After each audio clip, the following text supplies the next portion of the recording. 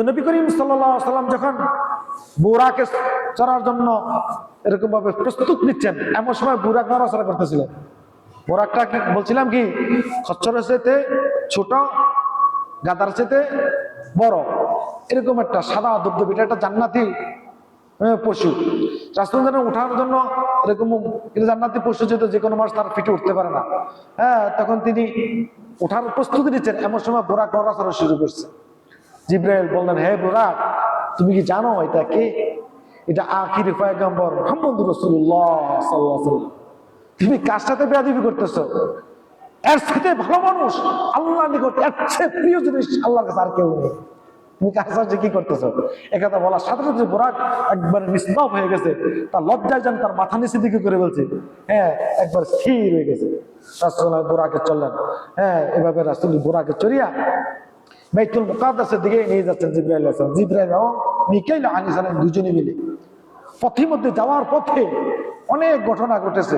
রাসূল করিম সাল্লাল্লাহু আলাইহি ওয়াসাল্লাম যখন এরকম ভাবে বাইতুল মুকাদ্দাসে রওনা হলেন বুরাক দিয়ে, কিছুক্ষণ যাওয়ার পরে একটা বৃদ্ধ মহিলা ডাকতেছে কিছু থেকে, এই মুহাম্মদ দাঁড়াও। রাসূল সাল্লাল্লাহু আলাইহি ওয়াসাল্লাম জিবরাইল ভাই ডাকে, বলে রাসূল সামনে চলেন, দাঁড়ানোর সময় নাই। আবার কিছুক্ষণ যাওয়ার পরে রাসূল সাল্লাল্লাহু আলাইহি ওয়াসাল্লাম এক বয়স্ক লোক, বৃদ্ধা লোক, পুরুষ লোক, বৃদ্ধ লোক ডাকলো। রাসূল সাল্লাল্লাহু আলাইহি ওয়াসাল্লাম বলেন এটাকে, জিবরাইল বলেন সামনে চলেন। কিছুক্ষণ যাওয়ার পরে দেখলেন যে কিছু লোক রাসূল সাল্লাল্লাহু আলাইহি ওয়াসাল্লামকে সালাম দিলেন। এবার জিবরাইল তাদের সালামের জবাব দেন, আপনি কি করেন? সালামের জবাব দেন। এবার জিবরাইল সাল্লাল্লাহু আলাইহি ওয়াসাল্লাম বলেন, হুজুর, প্রথম যে বৃদ্ধা মহিলাটা আপনাকে ডাকছিল এটা হইল দুনিয়া। দেখি দুনিয়া, দুনিয়ার হায়াত শেষ প্রান্তে চলে আসছে। এই মহিলাটা যেরকম বার্ধক্যে চলে আসছে, বৃদ্ধ হয়ে গেছে, দুনিয়াটা কি হয়ে গেছে? এরকম বৃদ্ধ হয়ে গেছে, তার সময় আর বেশি না। আর এই মহিলা হইল কি দুনিয়া। এই মহিলাদের আজকে বার্ধক্যের কারণে আপনার অসুন্দর হয়ে গেছে। এই দুনিয়া এমন, দুনিয়ার চাকচিকে আজীবন থাকবে না। দুনিয়াটাকে এরকম ওই বৃদ্ধ মহিলার মতন এটাও শেষ হয়ে যাচ্ছে। তারপর এই যে বয়স্ক লোকটা আপনাকে ডাকছিল, এটা হলো শয়তান। সে কি শয়তান? সে আপনার ভালো চায় না, কারো ভালো সে চায় না। আপনি যে আল্লাহর সাথে দিদার করতে দেন তার সহ্য হইতে না, সে ছিল আপনাকে ডাক দিয়ে ধোঁকা দেওয়ার জন্য। এটা হলো শয়তান।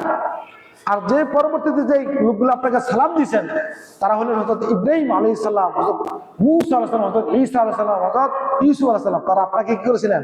ডেকেছিলেন। আর তারা বলছিলাম তাদের সালামের জবাব দিতেন। এইভাবে রাসূল করিম সাল্লাল্লাহু আলাইহি ওয়াসাল্লাম সামনের দিকে অগ্রসর হইতেছেন।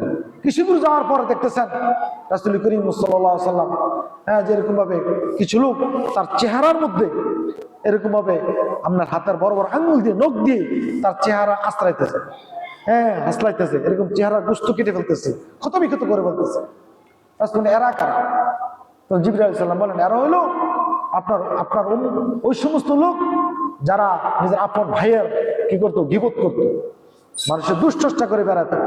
এরা হলো ওই ব্যক্তি। কারণ আপন ভাইয়ের দুশ্চর্চা করা করি, মানুষের দুশ্চর্চা করা গুণ হইল, অপরাধ হলো যেরকম নিজের ভাইয়ের, মৃত ভাইয়ের গোশত খাওয়া। তো তাদেরকে এরকম শাস্তি দেওয়া হইতেছে যে তারা নিজেরা নিজের গোশত কি করতেছে? চেহারা গোশতের ছিন্ন বিচ্ছিন্ন করে বলতেছে।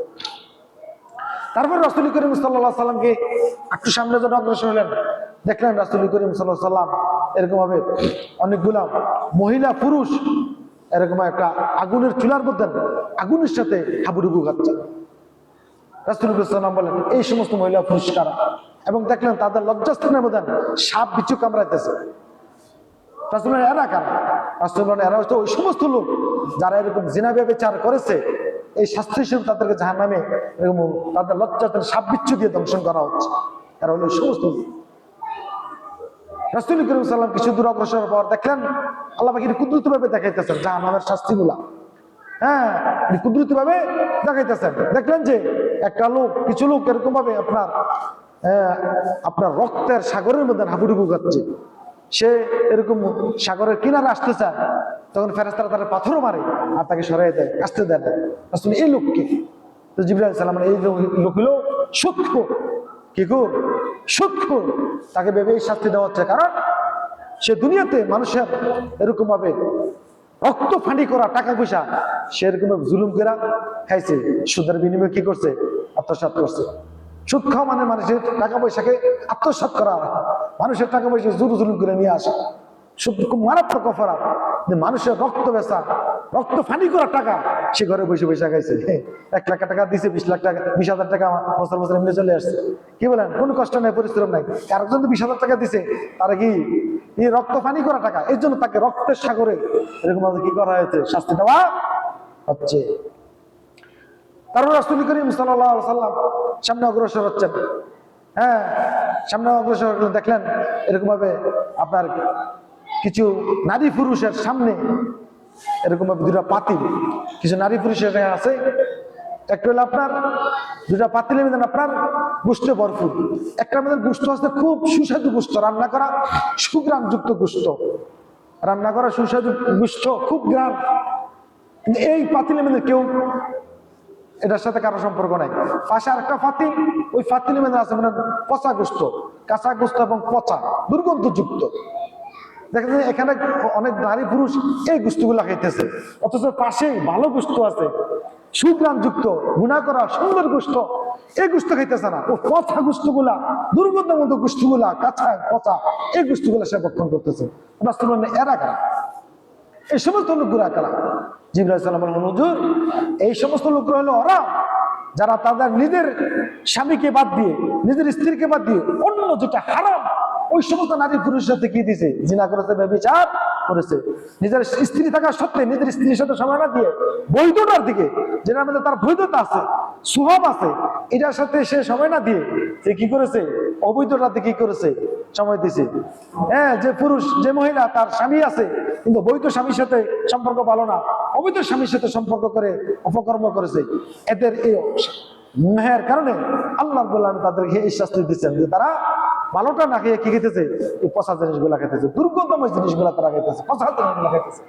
আজকে আমাদের দেশের সমাজে হ্যাঁ এরকম ঘটনা একটা দুইটা না, অহরহ ঘটনা কি ঘটতেছে যে হালালটা, পবিত্রটা, ভালোটা না খেয়া হারাম জিনিস, পচা জিনিস, দুর্গন্ধময় জিনিস ওইগুলোর মধ্যে যাচ্ছে। কেমন ঠিক কিনা?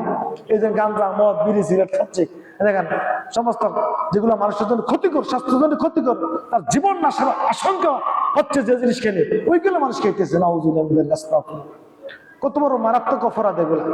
হ্যাঁ, একটা মানুষ দৈনিক যদি 100 টাকার বিড়ি সিগারেট খায়, মাসে কত? 3,000 টাকা। কত মাসে? কত? 3,000 টাকা। বছরে 36,000 টাকা। এই 36,000 টাকা কোন কাজে লাগছে বলেন? এই টাকাটা কোনো কাজে লাগছে তার? বরং তার জীবনের ক্ষতি হয়েছে কিনা? কোরবানি আসলে তাকে কোরবানি দিতে পারে না। হ্যাঁ, কোরবানি আসলে কি 20,000 টাকা, 15-20,000 টাকা খরচ করে কোরবানি দিতে পারে না। কিন্তু 36,000 টাকা বিড়ি গেছে, হারামি কাছে, অন্যায় কাছে কি করছেন? ধ্বংস করেছে, নষ্ট করেছে। কি বলেন ঠিক কিনা? আজকে সারা দেশের মধ্যে কত কোটি টাকার বিড়ি সিগারেট দৈনিক খাইয়া মানুষ সম্পদ, টাকা পয়সা নষ্ট করতেছে। এগুলো কেউ মানুষের কোনো কাজে লাগতেছে? বরং তার জীবনের জন্য জীবন না শাসন হইতেছে, বিভিন্ন রোগ ব্যারাম তার হচ্ছে। তো এটাই যে আমাদের সমাজ এখন কি ভালো জিনিস, এই টাকা পয়সা গুলো দিয়ে একটা ভালো জিনিস খাবে না, ভালো জিনিস না খেয়ে হারাম জিনিস, খারাপ জিনিসের প্রতি তার নেশা, ভালো জিনিসের প্রতি তার নেশা নেই। তো এই যেরকম দুনিয়াতে এরকম ভাবে তার ভালো জিনিসের প্রতি নেশাটা খারাপ, তো আল্লাহ কি খারাপ পেয়ে দেবেন। এইভাবে রাসূল করিম সাল্লাল্লাহু আলাইহি ওয়াসাল্লাম বাইতুল মুকাদ্দাস দিকে অগ্রসর হচ্ছেন। রাসূল সাল্লাল্লাহু আলাইহি ওয়াসাল্লাম প্রথমেই আপনার মক্কা শরীফে, প্রথমে মদিনাতে নিয়ে যান। ওই সময় তার মদিনা হয় না, ওই সময় ছিল ইয়াসরিব, খেজুর বাগান। রাসূল করিম সাল্লাল্লাহু আলাইহি ওয়াসাল্লামকে এখানে যাওয়ার পর জিবরাইল বলল, হুজুর আপনি এখানে 2 রাকাত নামাজ পড়েন। হ্যাঁ, 2 রাকাত নফল নামাজ পড়েন, কারণ এখানে আপনার একদিন আপনি হিজরত করে এখানে আপনি একদিন আসবেন, এখানে আপনার অবস্থান হবে এই মদিনাতে। হ্যাঁ, এই খেজুর বাগানে আপনার কি হবে? অবস্থান হবে। ওইখান থেকে রাসূল সাল্লাল্লাহু আলাইহি ওয়াসাল্লামকে নিয়ে যান এরকম ভাবে তুর পাহাড়ে। হ্যাঁ, মুসা আলাইহিস সালাম যেখানে আল্লাহর সাথে সরাসরি কথা বলতেছেন, সেখানে যাওয়ার পর রাসূল বলবে, হ্যাঁ জিবরাইল হুজুর এখানে মুসা আলাইহিস সালাম আল্লাহর সাথে সরাসরি কথা বলতেছেন, একটা বরকতময় জায়গা, এখানে আপনি 2 রাকাত নামাজ পড়েন। রাসূল সেখানে নামাজ পড়ছেন। তারপর রাসূলকে নিয়ে গেছেন বাইতুল মাহাম, যেখানে ঈসা আলাইহিস সালামের জন্ম হয়েছিল কুদরতি ভাবে। হ্যাঁ, ওনার বাপ নাই, কুদরতি ভাবে মুহূর্তের ভিতরে হযরত মরিয়ম আলাইহিস সালাম গর্ভবতী হয়ে গেলেন। আর গর্ভবতী হয়ে সেখানে কি হ্যাঁ সন্তান জন্ম হতো ঈসা আলাইহিস সালামকে। হ্যাঁ, সেখানে যাওয়ার পর হুজুর এটা হচ্ছে বাইতুল মাহাম, হ্যাঁ এই জায়গায় আপনি কি করেন? 2 রাকাত নামাজ পড়েন।